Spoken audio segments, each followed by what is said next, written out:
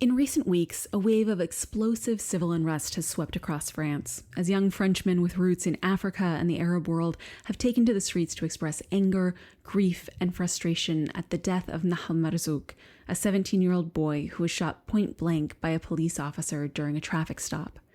Nahel, who was ethnically Algerian and Moroccan, lived in one of Paris's notorious suburbs, or banlieue, where, for decades, a vicious cycle of racial profiling, over-policing, and distrust has pushed many of these young people to the margins of French society. Nahel's name has become a battle cry across the country as youth have taken to the streets to scuffle with police using fireworks and improvised incendiary devices, burned cars and buildings, and smashed up storefronts. Many, including the French government, have labeled the unrest riots and called for harsh penalties for the perpetrators and their families. They've also vehemently denied any accusations that the French police, or society at large, struggles with racism, instead claiming that the government sees all of the Republic's children as equal.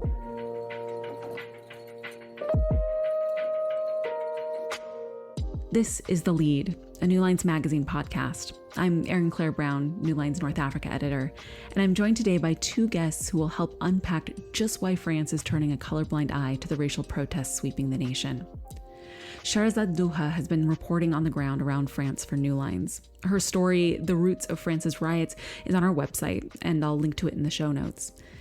And Jean Beaman, Associate Professor of Sociology at UC Santa Barbara, is the author of the book Citizen Outsider, Children of North African Immigrants in France. Jean, Chahrazade, welcome to The Lead.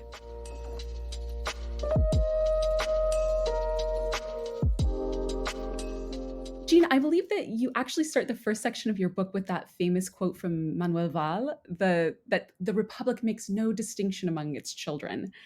Maybe you can walk us through what the ideal vision of that is. Why is it that France's Republican ideals are nominally colorblind? And then we can talk a little bit about the lived reality of those who are ethnically non-white in France. Yeah, absolutely. Thank you for having me for this really important conversation. So I think, to understand any issues related to identity or difference within France, whether presently or historically, we have to go to the French Republican model or the French Republicanism, which, as you alluded to, sees no distinction or ostensibly sees no distinction among French citizens. So this is something that predates the French Revolution, but as it relates to racial categories, became more salient in the Vichy regime when the use of racial categories in that context was used to round up Jewish citizens and deport them to concentration camps. And so, among other things, the idea of racial categories as or racial statistics or ethnic statistics, as they refer to them in France, is seen as extremely dangerous.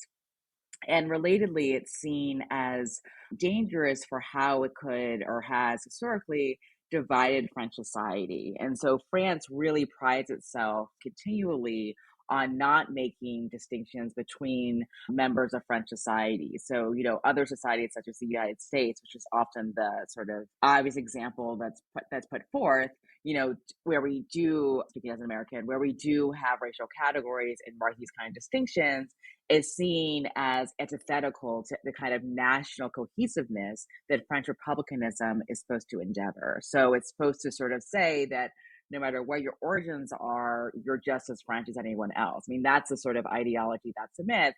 And I think I could talk about this forever, but the last thing I'll say about it is, I think it's also really important I guess I'll say, I don't think you could overstate how pervasive that ideology is in French society today. Even in the French Academy, many French academics believe the same thing and therefore find it very difficult or very strange even to talk about race and racism. This is something that children are taught in schools in the French Republican system. So this is a very pervasive ideology that, is not historically just the case, but presently is very active as well. That's so interesting. Could you maybe give another example, like outside of, obviously we're going to be talking a lot about policing and that sort of thing, but where else do you see this kind of persistence in colorblindness in French society? So, I mean, I think in terms of census categories, in terms of not having official statistics, so that's a really main way that that comes forth. And so, even in my own research, when people ask me, for example, how many Maghreb or Arab people are in France or how many Black people in France, like there's no actual answer that one can give outside, tantamount to what we would be able to provide in the United States because they don't even recognize that as a category or as a box you can check on a form. Of course, and I think we'll get to this is not really the case in practice, but at the level of, of the government, of the state as a whole, this is how this ideology is enacted. Yeah, yeah. Well, and so you alluded to this, right? That those are the ideals, but they're actually pretty far from the lived reality. So I want to bring Shahrazad in. You've reported from these neighborhoods and these communities before, and in fact, I think you might even consider yourself a part of that community. Can you tell us a little bit more about like what life is like on the ground for a non-white French citizen? So on the ground, life is sadly quite far from the ideals. I think it's important to remind ourselves first that the race question is very much tied to class here in France, because a lot of the communities we're talking about came to work in factories in the 60s, 70s, and then later, and were put in the now infamous neighborhood that we call the banlieue, but also all over France and the sort of at the margins of towns to work in factories. So you have also this background to keep in mind that we're talking about people who are economically disenfranchised and disadvantaged. And discrimination and racism is something that's been documented and reported on by many NGOs and human rights groups. So it would touch areas like work. So if your name is of quote unquote immigrant origin, so not your traditional Gaspar or Matteo, you are less likely to be called for an interview. It is the same for housing. It goes down all the way to finding a spot at a private beach at the south of France. You are less likely to be given a spot in the summer if you are of a certain background. And we're talking here Arab and Black people of Arab and Black descent. And in addition to those discriminations that have been talked about many times, you have a sort of climate politically where these communities are the subject of debates. They're really given a voice, so they really have a seat at the table, but they are often the subject of debates. And we've seen a shift with Macron where the language actually is now coming from the far right. So you will hear words from members of the government that before you will only hear from Marine Le Pen. I could give you a couple of examples. Has talked about the idea of decivilization, so the idea that we're moving away from civilization, and it was implied that he was talking about the presence of the communities that we talked about. And Darmanin also talked about ensauvagement, which means that society would be getting wilder. So you hear these terms that are heavily connoted on the far right that have a colonial legacy as well, because we're talking about communities that were part of the French Empire before and that were colonized by France before. And you have this link. And I think also the latest kind of example that shows that it's not just these communities that are targeted, but now anyone who would associate with ideas of protection of these communities was a couple of years ago when Macron started an inquiry in what he called Islamo-leftism in universities and the academic world, and that created an upheaval. So it tells you also, I think, a little something about the state of debate. So these communities are discriminated against, but also talked about as a threat or a danger to society. And lastly, when we'll talk about this, they're the subject of constant harassment from the police, and I'll have many stories to tell you about that. Yeah, I wanna get to that, but actually I wanna circle back to this idea that we're starting to hear the kind of language, that's coming from the far right. It's becoming more mainstream. One of the things that really struck me as I was listening to various broadcasts about this was the use of the word savage, that these protests or these riots were savage. And I think it's so interesting to see that though most of these I would venture to say most and either of you can correct me if I'm wrong, but most of these young people who are participating in these protests are French citizens, and they might even be second or third generation French citizens, but the same language is being applied to them that is often applied to migrants coming to European shores or trying to get to France. And I'm curious, Jean, are you noticing that trend? And what does that tell you about kind of the situation for these French citizens? Are they becoming even more pushed to the margins? Are they becoming even more of a kind of outsider? Mhm. Yeah, absolutely. So I've been conducting research on these topics for about 15 years, and it's very clear that you're seeing a worsening of not just the treatment of people in these communities, as you alluded to, but also the sort of rhetoric or the discourse about people in these communities. So even people who are, who are French themselves, who are born and raised in France, are still treated as if they're not citizens, as if they're outsiders, as if they're further marginalized. And this is, I think, something we have to understand as it relates to France's relationship or France's colonial project in much of these countries in North and West Africa. And so I think oftentimes France wants to sort of pretend that this colonial history never happened and that these people are not actually part of France, but they really are. And so their actual sort of being on the street, they're living in France, they're voting, they're being part of French society is still seen, unfortunately, as a serious threat to their many white French counterparts. Yeah, and I mean, I think it's worth noting, for audience members who might not know, that Algeria in particular wasn't even considered necessarily a protectorate, but it was a French overseas territory, the way that, today we see the island of Reunion or, French Guyana, that it was part of the French Republic. And yet, Hmm. anytime you run into sort of a French Algerian, it's still France is really persistently trying to pretend like they're just Algerian, that they were never French in the first place. Hmm.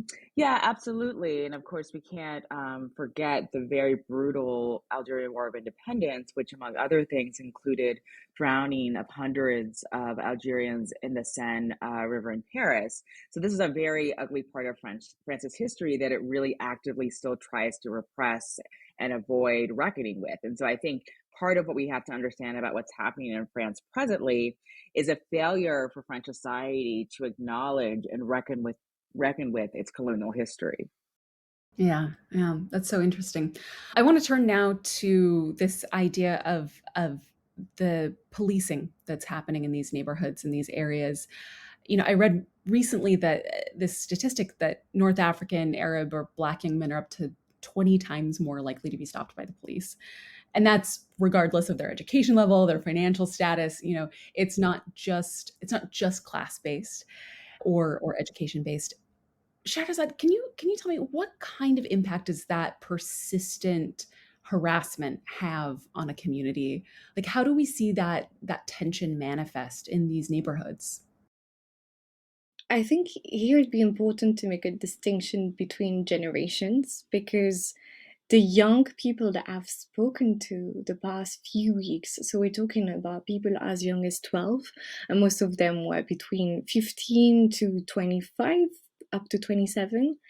They were raised by the mothers to always carry their ID card, to never answer to the police. So their fathers, their grandfathers had known this harassment. So they were taught from very early on that they would be subject to this and that they should be prepared.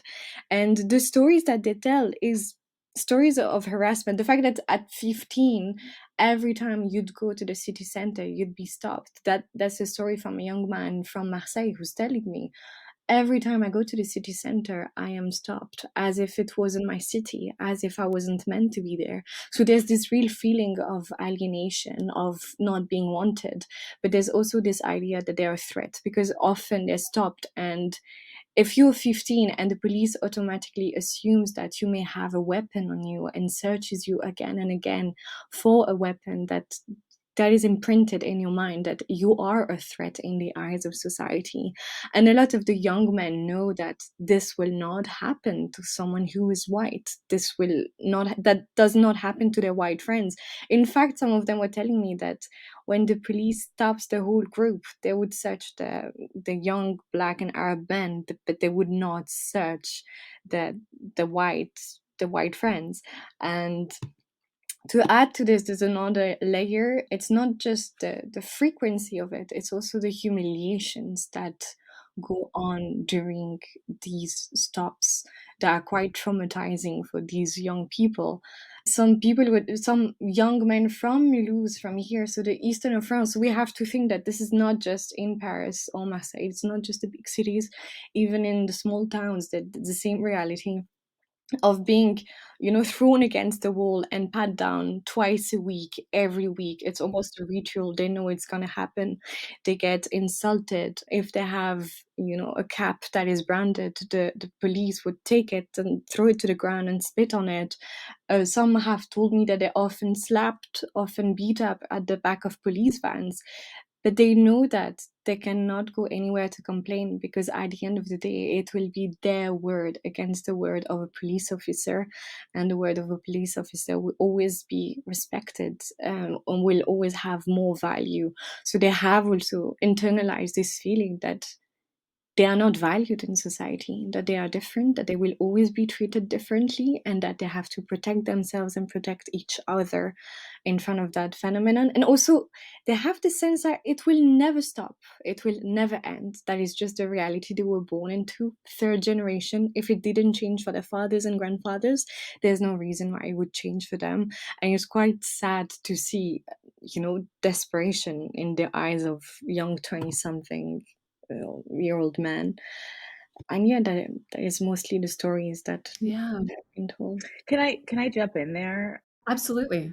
Yeah, thanks. I really appreciate your use of the term humiliation because I think that's really crucial into a lot of the work that these control identité or identity checks, control checks do, which is really to mark, and I've written about this, really to mark certain individuals in France as being suspect, as being suspicious, as being prone to criminality, as not being French as anyone else. And it's really a way that in the absence of, France, having official statistics about race or ostensibly, seeing itself as colorblind, the police are often making these racial distinctions. And I think these identity control checks, like you just mentioned, are one way that that happens, and one way that it reinforces to certain French people who are literally French that they're not actually treated as French, or they're not actually seen as French by their compatriots. And so this is not a case of, the French police trying to minimize violence or control crime. Rather, they're really constructing a category of citizens who are not able to be fully included into mainstream society. I think that's so important to think about the ways in which, we see that separation of citizens into different buckets. Even if there's not, a racial categorization, it's still these young men are told sort of persistently that they are dangerous, that they are a threat, that they are being perceived in these ways. How does that affect? Does that have an effect on outcomes in these communities, or you know, Jean, I was reading your book this week, and you start with a kind of story from a young man who sort of local boy makes good, right? He goes to college in the east of France, but has a real difficult time there. Do you want to tell us a little bit about perhaps that? Yeah, I mean, he was one of the many examples of people I interviewed for my first book, which, among other things, focused on middle class adult children of Maghreb or North African immigrants in France. So these are people who are born and raised in France, but have achieved a particular kind of urban mobility vis-a-vis their immigrant parents, and often are very socioeconomically successful, are well educated, have sort of stable middle class jobs. Yet what was consistently the case in my research was that they often, despite their socioeconomic status and general well-being, were continually subject to various forms of racism at different levels of society, and often continually mistreated, very similar to their immigrant parents. So this is a way of thinking about how class mobility doesn't actually ensure that you'll be treated as French as anyone else, because of France's long history and problem of racism and white supremacy. So even those who, quote unquote, do everything right are still kind of shot down or still reinforced that they never fully belong. Yeah. And for those that don't get that upward mobility, I'm wondering this kind of long-term, constant interaction with the police likely results in higher levels of arrests and convictions for small level crimes. Does that have an impact on communities' ability to get that leverage for upward mobility? Yeah, absolutely. I mean, I think that definitely makes kind of reinforces the barriers that are put in place to prohibit or to actively discourage upward mobility among people in some of these communities. That's one other mechanism that takes place for sure. Yeah. So it's interesting, the way that France has policed its sensitive neighborhoods, the banlieue, has changed dramatically over the last 30 years. I think in around 1998 there was an initiative put in place called la police de proximité, the sort of local police. Essentially, officers needed to come from or live in the communities that they policed. But that ended in, I think, 2003, and we started to see almost immediately a series of negative impacts, kind of culminating in an instance in 2005. Shahrazad, I'm wondering if you can tell us the story a little bit about the death of Ziad and Buna, these two young men who died in 2005. Yes, so in 2005, so Ziad was 17 at the time and Buna was 15, and they were running away from one more police check, one more police control, and they ran into electricity substation to hide, and they died because they were electrocuted. And what happened afterwards was the same kind of events that we saw last week, except they lasted for over 2 weeks. And I think that if we have to compare what happened in 2005 and what happened last week, in 5 nights last week, a lot of observers said that the 5 nights of the past week were as intense as 2 weeks in 2005. And the reaction was also quite different because while you had this kind of discourse around, security by Sarkozy, who had a very famous sentence where he said, we need to wash la banlieue with Karcher. Is that something Mhm. you could say in English? It's like a Mm, brand of a high pressure water hose. Yes, okay, thank there you, you go. Yeah. Jane. Thank you, Jane. Water cannon. Yeah. Yeah. Yeah, Yes. exactly. But then Chirac tried to appease the situation, and in his address, he said that I remind everyone who participated that you are children of the Republic. And while we can criticize the gap between this discourse and the reality, the discourse today is very different, and Macron does not remind the young people who participated in those protests, revolt, or rioting, whatever you want to call them, that they are children of the Republic. And on the contrary, there's this will to push them to the margins a little more to make them appear as different. And a lot of people I have spoken to who have known 2005, of course, said that nothing changed, the lessons weren't learned, but they also said that the response between 2005 and now is quite different. After 2005, there were some, announcements of policy changes and some money invested in the banlieue. A lot of the people on the ground in the banlieue said that they never saw the color of that money. But today, in 2023, the response is very different. And we can, I think, elaborate on this later. But we're not talking about what we can do to reintegrate these people. We're not talking about what we can do to tackle any kind of inequality. Today, we're only talking about what happened as a security issue, as a threat to the common order, and something that needs to be dealt by the police and by the justice, and no other means so far. And I think something that particularly shocked people that I spoke to is when the Minister of Interior and the Minister of Justice called the parents responsible. So they said that parents have a responsibility to educate their children and to not let them go out and, riot and break things. And on the ground, parents were absolutely shocked by this. And they saw it as a will to take the context out of what's happening, to make it a problem of personal responsibility, as if one more time it was their fault that this has happened, and that it was not the result of decades of failing on the political level. Yeah, that's so. I just want to to highlight that the government came out and said that we're possibly considering fining the parents of young men who were caught doing this, and I think that's such a bitter, particularly like a bitter response to this kind of action. And I think you highlight that really beautifully with this idea that like this is yet another example of the systemic failings. So I'm curious though, you mentioned that after the riots in 2005, there was money that was ostensibly poured into the banlieue, right? There were supposedly like community centers built or libraries or that sort of thing. But France didn't actually have a racial reckoning after those events. And Jean, I'm wondering if you have any insights into why. Why there was not a racial reckoning? Yeah, why was there not a racial reckoning Yeah. after the events in 2005?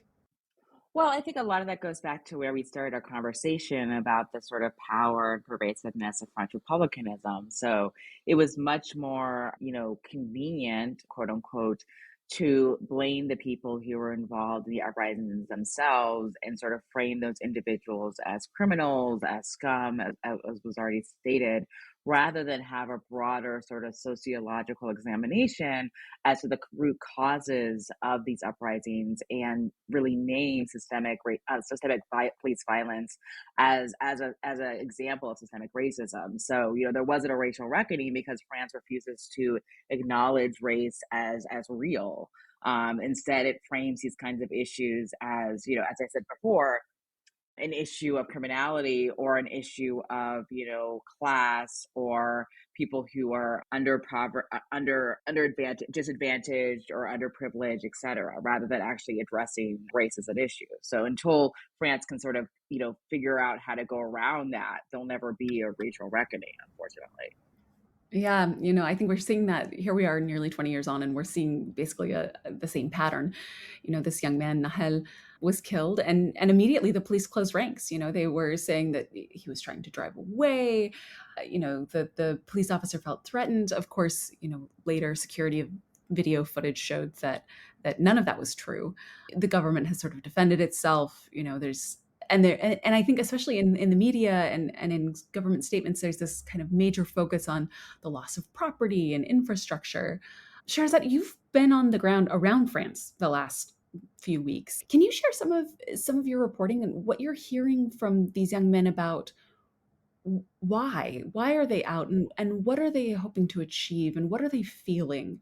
What are we not hearing by only hearing from the police and the government?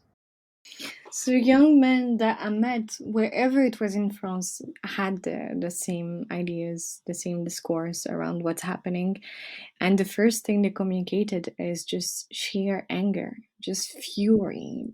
For them, it was something that was bound to happen, and if it was not Nahal's death, it would be somebody else, because they're so used to that climate of tension, that climate of harassment. And in the words, now we had proof. Finally, there was a video showing what's happening to us, the way they talk to us, the way they don't value our life. And the mode of actions that they chose, they're very aware that it's gonna get them front page of the news. They know that. That's what they told me all over France is, we are doing this, we're breaking everything because we know that's the only way they'll talk about us. They talk about us when we are dead or when we break things. Otherwise, we are invisible. So that's what they communicated. And, some of them had debates in between themselves that were quite touching, because I think we also forget that these are young men. Some of them are 15. Some of them had tears in their eyes and said, I just feel overwhelmed. I just don't know what to do. I am scared. I'm scared for my life. I'm scared a friend of mine is going to die and we need to do something. And I think it's important to put them back, quote unquote, in their place, that they are young men, they are teenagers, they have feelings, they are scared, they're not just angry, they are terrified. And a lot of them want to express sadness and shock, and that's the way they do it. And they're also aware of the fact that they target their neighborhoods mainly, but they also know that that's a way, one, they'll be talked about, and second, they won't put too many people at risks, because they're very scared that if they go out of their neighborhoods to do this, then police response would be even greater than it was, and then create even more problems, or that they'll be talked about in the media as um, even more dangerous than they already considered. So that's something that they communicate, and in between them, then they don't necessarily agree. So they want to support each other. They're aware of what they're doing, but sometimes they have reactions. And I remember one of them from Paris, and this really stuck in my mind because it shows you how French these young men are. A young man in Paris who's of Algerian descent said to his friends, I don't think we should have broken things. I think we should just have gone on strike. That just shows you how French Mhm. these kids are. And they don't really have a strategy, which of course, how could you expect these young men to have a strategy? It's a bit too much to ask. But they feel like if it doesn't stop, meaning police brutality, if there's no step taken into at least considering that this is a problem, because it's important to remind ourselves that outside of France, if you look at the media coverage, everybody seems to have understood that there's a problem of structural racism in France. But here we are still debating whether that's the case. We are still debating whether police brutality is a reality or it is a lie fabricated by dangerous young men. And this is the state of our debate. And I'm sure Jean will talk more about this later. And they said what they want is for the president to talk and say that they are human, that their lives count, and that something will be done. Yeah, Jean, do you want to take that up? Yeah, no, I think that's very, very, very well put. I mean, I think that is the sort of core of the issues, that this is a group of individuals who are not seen as fully human. And again, like, I think what you're seeing in this present moment, which is maybe a little bit different from 2005, is that there's more sort of international media, scholars placed outside of France, such as myself, who are really, and activists who've been doing this work for decades, who are really calling attention to the fact that this is a case of racism, that this phenomenon, these things keep happening, reveals the fact that France really has a problem with racism that it has to address. And so, there's a way in which I think it's becoming harder and harder for French government officials to deny the racism that's very present in French society, that's structuring events such as this. Yeah, it's interesting too. This week my colleague Lydia Wilson wrote a piece, I guess it was last week, about about these instances, and as she was preparing for it, she asked me to go back through Le Monde and look at the ways in which the various stories described Nahel, right? Because everywhere else in international media, he's described as a young man of Algerian origin or of Algerian Moroccan origin, and as I was going back through Le Monde, there's no descriptors, and and it struck me that even if it's not spelled out that he was of Algerian origin, in a way, it doesn't even need to be, right? It's about these other kind of more subtle euphemistic ways that people from these areas or of these ethnicities are described. And I'm wondering if either of you can talk about the kind of euphemisms that the French media uses to talk about these issues. Yeah, I think that's a really important point. Just if I could just jump in, it's not just the French media; it's just the general ways that, again, because color blindness is so pervasive, that just everyday people will use these kind of euphemisms to really refer to people that they mean as non-white. So whether it's someone from the banlieue, or it's using the category of Muslim, which is supposed to becomes a sort of ethno-racial signifier, even though there's lots of diversity among people who are Muslim, both in France and globally. And so these serve as a way to mark racial distinctions without having to. So just to give a quick example, there's a lot of research, for example, that has shown that when there are audit studies of CVs with a sort of, an address in the banlieue, like the 93, for example, versus one in Paris, the one in the banlieue, even if the CVs are identical, is less likely to be chosen. So there's just, because that's signifying that someone is not white. And so there's these markers of difference that are still used in this ostensibly colorblind context. Another example is just even the way the French don't use the term noir. Like they'll say black, like the English word, because it's like such a distancing from the fact, or sort of a way to say that racism is something that happens in the United States, or in quote unquote Anglophone countries, but does it happen in France?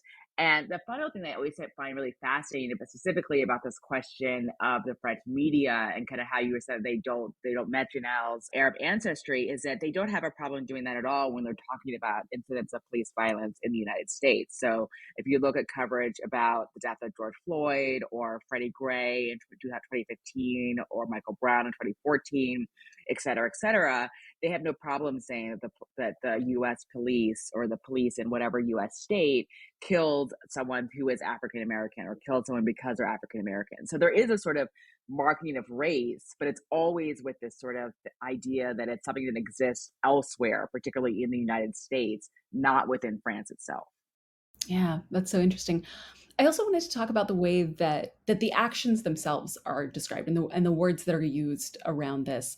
You know, everywhere in French media and in Anglophone media as well, the word that's being used to describe what is happening in France right now is riots. And yet it strikes me that the same kind of aggressive protests coming from a predominantly white, aggrieved community, maybe let's say like the Gilets jaunes protests, they're called protests. Why? Why is that? I mean, is that yet another form of racialization of these kinds of incidences? Like what? Yeah, talk to me a little bit more about that. I would say, yeah, absolutely. I mean, I think it's very interesting, particularly from the vantage point of being in the United States, how France is always seen as a place where everyone's, protesting, kind of as Shahrazad said earlier, they're always sort of protesting or boycotting something. But for some reason, in incidents like this, it's framed completely differently. It's using this term of riots versus of rebellion or an uprising or a protest itself, even though it comes from oftentimes very similar sources of anger. And I think the only thing that really explains that is a different racial and ethnic backgrounds of the people who are on the streets doing the protesting. Yeah. Shahrazad, as you were talking to the young men who were out on the streets, you mentioned that they have differing ideas about what they should be doing. I love the young man who was like, maybe we should have just gone on strike, which is so intensely French. How do they feel about the way that the media is talking about them? You said that they recognize that the only way that they get seen is if they break things. Have they said anything to you about kind of how they're talked about in the press, or I don't know.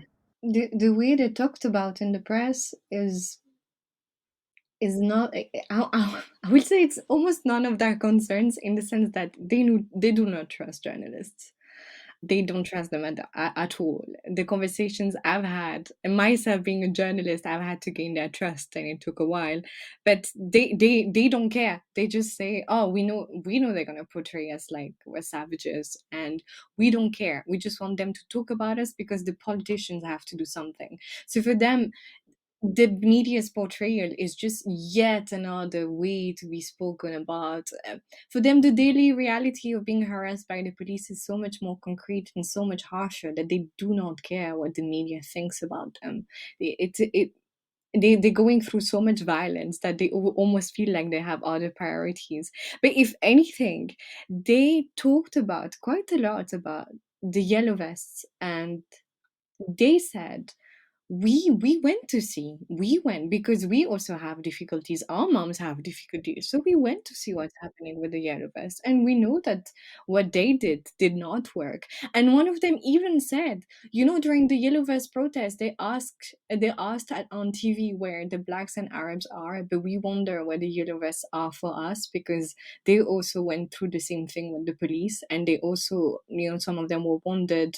And they're very much aware of the differences of media coverage, but they do not trust the media and have almost long finished mourning the way they'd be portrayed. Mm, so interesting. Well, before we wrap up, I want to ask both of you a sort of a final question, which is, do you think that France can tackle racial profiling without first having a major reckoning about race? Shahrazad, I'll go to you first.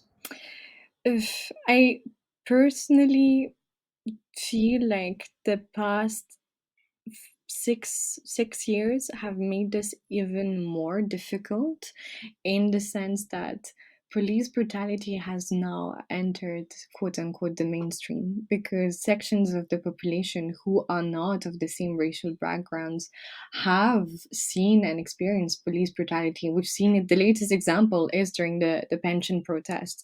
So I feel like there might be a chance that now this debate around police brutality and race is shifted towards police brutality in general and race taken out of it. And I think there is a danger of that happening, and that whenever race and police brutality are put together, it will be portrayed not as a problem of race and police brutality, but a problem of safety from communities that have always been a threat to the order of society. So I feel like there's a danger for this police brutality debate to become segmented and hence to be less efficient, instead of actually showing to everyone that we have a problem, because even sections who are not of the same racial background are experience this reality more and more. Yeah. And Jean, over to you. Do you think France will be able to have a reckoning, or that they'll be able to tackle profiling without a racial reckoning first?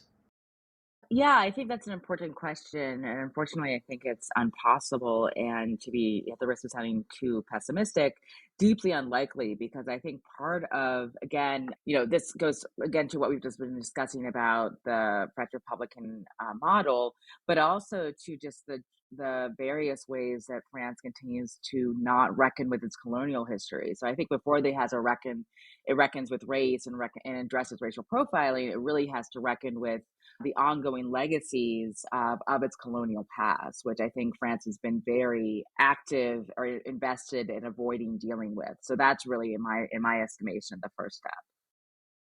Fantastic. Jean Beaman, Chahrazade Douah, thank you so much for joining us today on The Lead. Thank you. Thank you so much for having us. This has been The Lead, a podcast by New Lines Magazine. If you'd like to hear more from our guests, you can find Chahrazade on Twitter at Chahrazade and Jean at Jean23Bean. You can also read Shahrazade's article on the roots of France's riots on our website, newlinesmag.com. I've linked to the article in the show notes. This week's episode was produced by Joshua Martin and hosted by me, Erin Brown.